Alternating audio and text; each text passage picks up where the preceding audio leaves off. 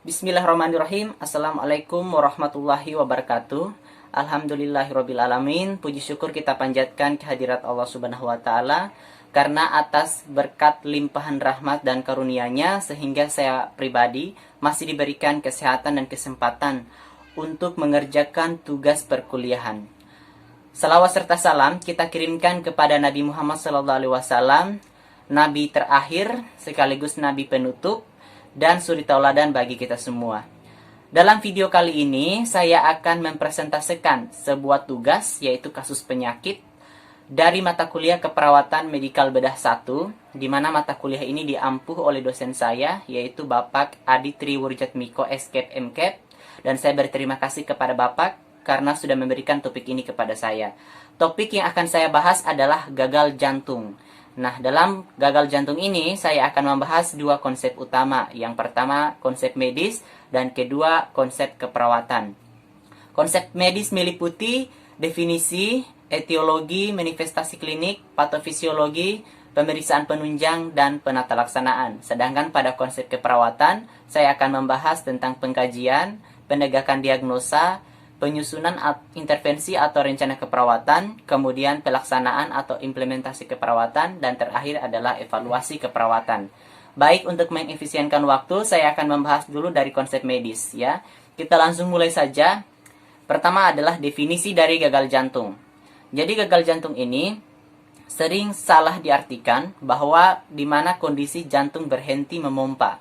Padahal itu adalah kasus lain, biasa disebut dengan infark miokard. Tapi dalam gagal jantung, yang dimaksud dengan gagal jantung adalah suatu kondisi ya di mana darah yang dipompa oleh jantung pada setiap menitnya itu tidak mampu memenuhi kebutuhan normal tubuh. Artinya jantung masih memompa, tapi daya pompanya itu berkurang, sehingga darah juga yang dialirkan ke seluruh tubuh itu berkurang kebutuhannya. Sementara kalau misalnya pada jantung yang berhenti, berarti memang jantungnya berhenti memompa. Tapi pada gagal jantung, jantungnya masih memompa, hanya saja darah yang dialirkan itu tidak sebanyak seperti senormalnya. Nah, kondisi itulah yang disebut dengan gagal jantung. Jadi kalau misalnya ada pertanyaan, gagal jantung itu apa sih? Gagal jantung adalah kondisi di mana jantung dalam memompa darah ke seluruh tubuh itu memiliki daya pompa yang kurang sehingga kebutuhan darah akan tubuh itu menjadi berkurang. Ya, itulah yang disebut dengan gagal jantung. Gagal jantung ini terdiri atas dua, yaitu gagal jantung kiri dan juga gagal jantung kanan. Tapi bisa juga terjadi keduanya ya. Berikutnya kita akan bahas tentang etiologi. Etiologi di sini kita akan bahas penyebab-penyebab dari gagal jantung. Ya, ada bermacam-macam. Yang pertama adalah kelainan otot dari jantung ya. Jadi ada otot-otot di jantung apabila memiliki kelainan, baik ototnya melemah atau misalnya ototnya ada gangguan, tentu itu akan mengganggu kinerja dari jantung. Perlu kita ketahui bahwa jantung itu berfungsi untuk memompa darah ke seluruh tubuh. Jadi kalau ototnya memiliki kelainan, otomatis kinerjanya juga terganggu. Sehingga darah yang dipompa tidak akan memumpuni ketika diedarkan ke seluruh tubuh. Kemudian penyebab kedua adalah adanya aterosklerosis koroner. Jadi ada sejenis penumpukan plak ya, penumpukan plak di pembuluh darah yang mengakibatnya tersumbatnya aliran darah ke jantung, sehingga darah juga yang disebarkan ke seluruh tubuh itu menjadi berkurang.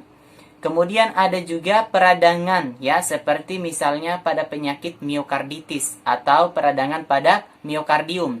Kalau misalnya terjadi peradangan pada jantung, otomatis kinerja dan fungsional jantung juga itu akan terganggu ya, dan juga efeknya lagi-lagi darah yang diedarkan ke seluruh tubuh juga akan terganggu.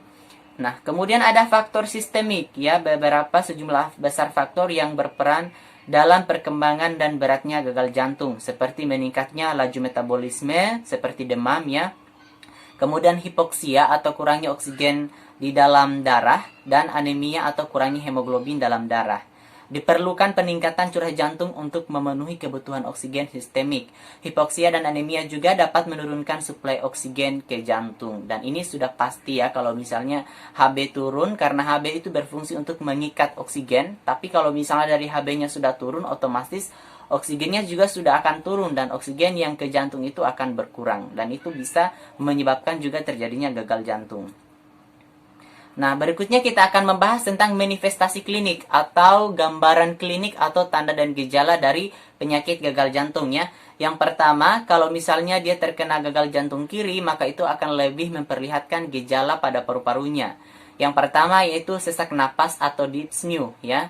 Jadi kalau misalnya orang mengalami gagal jantung kiri, orang akan sesak atau pasien itu akan merasa sesak karena kenapa? Terjadi penimbunan cairan di dalam paru-paru dan akan terjadi gangguan pertukaran gas sehingga pasien akan terlihat seperti sesak.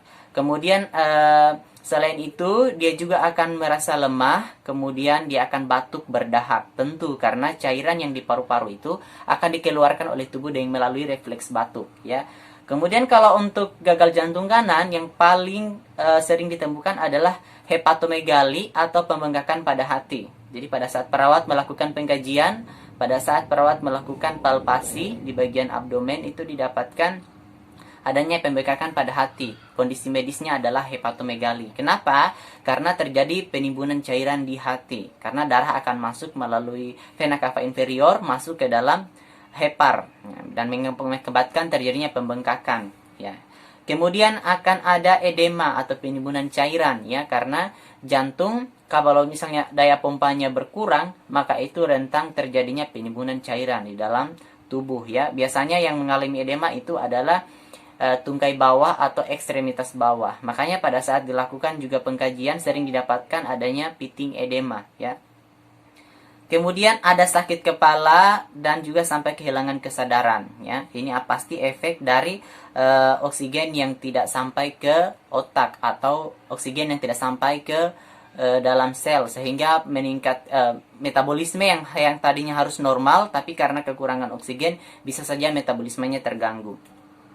Kita akan bahas kemudian adalah patofisiologi dari gagal jantung. Patofisiologi ini lebih berbicara tentang bagaimana gagal jantung pada pasien itu terjadi. Jadi saya akan menjelaskan dulu bagaimana terjadi gagal jantung pada gagal jantung kiri, kemudian pada gagal jantung kanan. Untuk gagal jantung kiri, pada saat otot jantung melemah karena misalnya adanya aterosklerosis atau penumpukan plak, atau memang karena ada kelainan dari otot tersebut, atau karena adanya peradangan dari jantung ya, atau juga karena adanya penyakit degeneratif pada ventrikel kiri ya. Jadi kita akan bahas gagal jantung kiri. Jadi pada ventrikel kiri darah tidak bisa dipompa ke aorta karena pada normalnya darah yang ada di ventrikel kiri tersebut akan diedarkan ke seluruh tubuh melalui aorta. Tapi karena daya pompanya berkurang, jadi darah akan menetap terus-menerus di ventrikel kiri.